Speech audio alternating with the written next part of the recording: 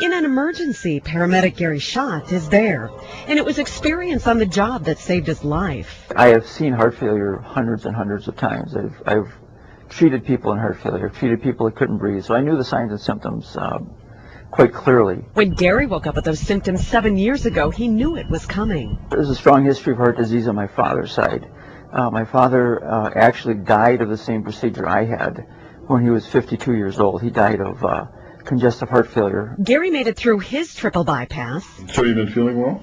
I'm feeling excellent. And came into the care of cardiologist Fran Wolf. My first question to him was, am I going to die? And I remember he took a moment of pause. He looked at me he sat forward, looked at me right in the eyes. He goes, no, we will get through this. We, keyword.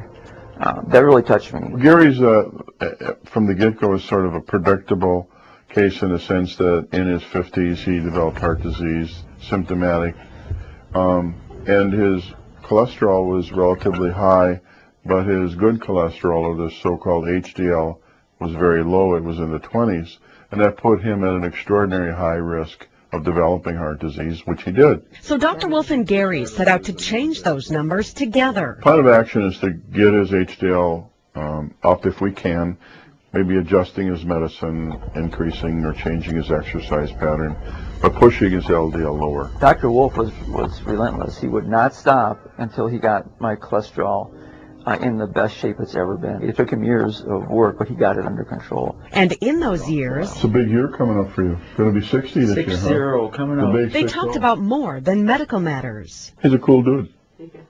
He is. He's a very easy guy to take care of. He's not only my doctor, but I consider him my friend. A friendship that'll keep Gary on the job, saving lives. I don't plan on retiring. I plan on going as long